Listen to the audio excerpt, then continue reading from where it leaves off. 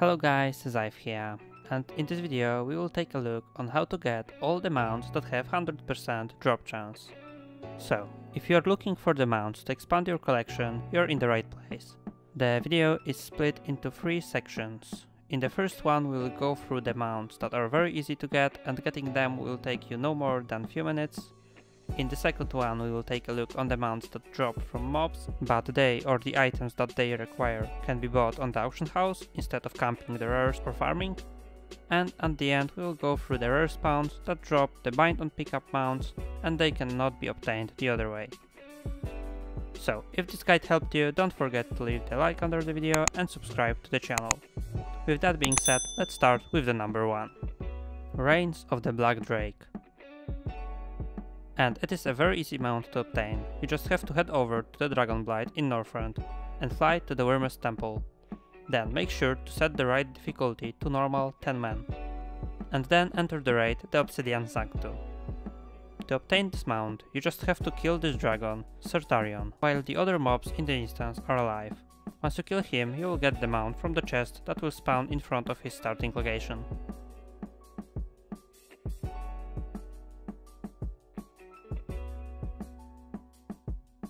Reins of the Twilight Drake. This is another mount that can be obtained through the Obsidian Sanctum raid. You have to go there again and kill Serpent, but this time do that on normal 25-man difficulty. You can't get 2 mounts on the same character, as this raid will be saved after you get the first one. So you have to wait for the weekly reset or do that on the other character. Head over to the Obsidian Sanctum, set the difficulty to normal 25-man and go for the boss. Remember to don't kill any mobs inside until Serpent is dead. And there you go. That is how to get the Reins of the Twilight Drake. Third mount on the list is Bronze Drake, another easy to obtain flank mount. Firstly, you have to get to the Caverns of Time, and the fastest way to do that is through the portal that you can find in Portal Room in both capital cities, Stormwind and Orgrimmar. Then just fly inside it and find the entrance to the dungeon, the Cooling of Stratholme. Before you go inside, make sure to set the dungeon difficulty to Heroic. Once you are inside, make sure to talk with Chromie and do the quest in which you will have to dispel 5 plagued crates. Once you are done with that, run straight to her and turn the quest in. After that, talk to her to start the roleplay, a lot of roleplay. Just wait until it finishes and follow the Arthas to the city. Wait until he finishes talking and then the 25 minutes timer will start. You will have to kill 10 Scorch Waves that will spawn. All of them will be marked on your minimap as white flags. After 5th and 10th wave you will have to kill the boss. After that, meet Arthas in front of Town Hall right here and follow him again. Kill all the Infinite Hunters and move on to the 3rd boss. Talk with Arthas again and go through the secret passage with him. Once you leave the building, talk with him for the last time and just run straight, killing all the mobs on your way. Once you run through the gate, instead of running right to Mal'Ganis, turn left and kill this Infinite Corruptor. There you have it guys, the Reins of the Bronze Drake. 4th mount is Amani Battlebear. You can obtain him from the dungeon Zul Aman in Eastern Kingdom's Ghostlands. Once again, make sure to set the dungeon difficulty to Heroic and then enter the instance. Talk with the Vol'jin and hit the gong with him until the gate opens. Now you have 15 minutes to kill 4 bosses in the dungeon, and you get 5 more minutes every time you kill one. So you shouldn't have any problems with making it in time, since you one-shot all of those bosses. I would suggest you to follow this route that you can see right now on the screen, that will make it quicker. After killing the last boss, you have to talk with the NPC in the cage, Kasha, and she will run around and destroy the jars that will drop some gold coins, and the 3rd one she destroys will contain Kasha's bag. Just pick it up and the Amani Battlebear is yours. Now let's move to the 2nd section of the video, and let's start with the Garn Knighthold. You can obtain that mount by killing the Nok Karosh. He has only 1 spawn point and he spawns under the tree in Draenor Frostfire Reach. Just kill him and there is your mount. He spawns every about 15 minutes, but there's usually a lot of people and the place is quite competitive, since this mount can be sold on the auction house.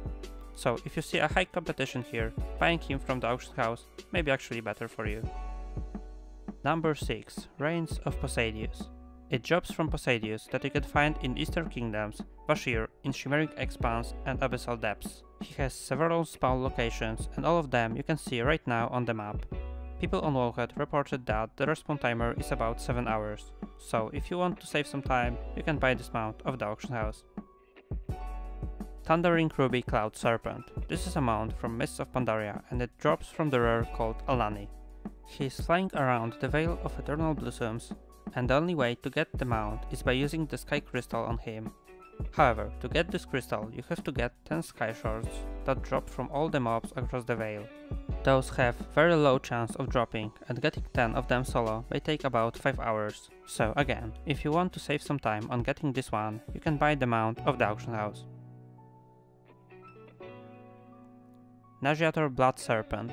This is the mount that was added in Battle for Azeroth, and to obtain him you will need to have 20 Abyssal Shards that drops from mobs in Stormsong Valley. Same as Sky Shards, they also have very low chance of dropping, but you can buy them off the auction house. Once you have 20 of them, you have to go over to the Stormsong Valley and follow this path from the Valley of the Storm dungeon entrance. Go to the cave that is behind the waterfall and use those shards over the Altar of the Abyss. After using them, you will get the Essence of the Abyss, which you have to take to the Abyssal Flame and sacrifice it. Once you do that, the other end of the Abyss will spawn, and if you kill him, you will get the Nasiator Blood Serpent mount.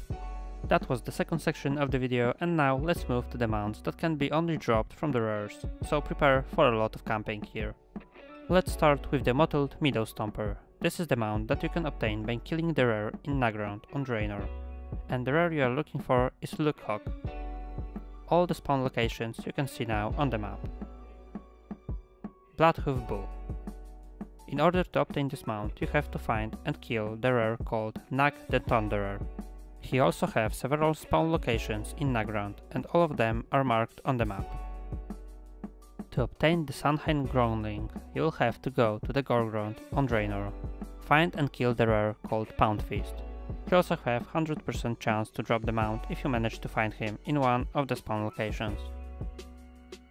Next on the list is Great Greytusk, and to get this mount you will have to kill Gorok, who is located on Draenor Frostfire Ridge and has few spawn locations spread all over the map. You can get the Sapphire River Beast by killing Silthide in Talador on Draenor. Here are his spawn locations. Swift Breeze Strider is located in Shadowmoon Valley on Draenor, and to get him you have to find and kill the rare Pathrunner. These are his spawn points, but the rare is running around the map, so you may have to fly around the area to find him. Reins of the Phosphorescent Stone Drake. He spawns in those locations in Deepholm. The respawn time is very long, and it is probably one of the hardest mounts to get on the list. His respawn timer is very long, and there are still many people that are trying to farm this mount. Speaking of the hardest mounts to get, we have the Reins of the Time Lost Proto Drake. He drops from a rare with the same name, and he flies around the area of the Storm Peaks on Northrend. He has several spawn locations and he shares them with Vairagosa. That makes finding him even harder, and a lot of your time will be lost. So guys, that will be everything for the video, and if you have any questions, ask them in the comments or on my Discord server. You can also tweet at me. On the end, I'd like to thank all the members who support the channel at the moment, and that's Endo, Recto, Milek, XDBot, Flask and Hagar. Thank you guys, I really appreciate it. And if you also would like to become a member, you can do that through the join button under the video. Thank you guys for watching and see you soon. Bye bye.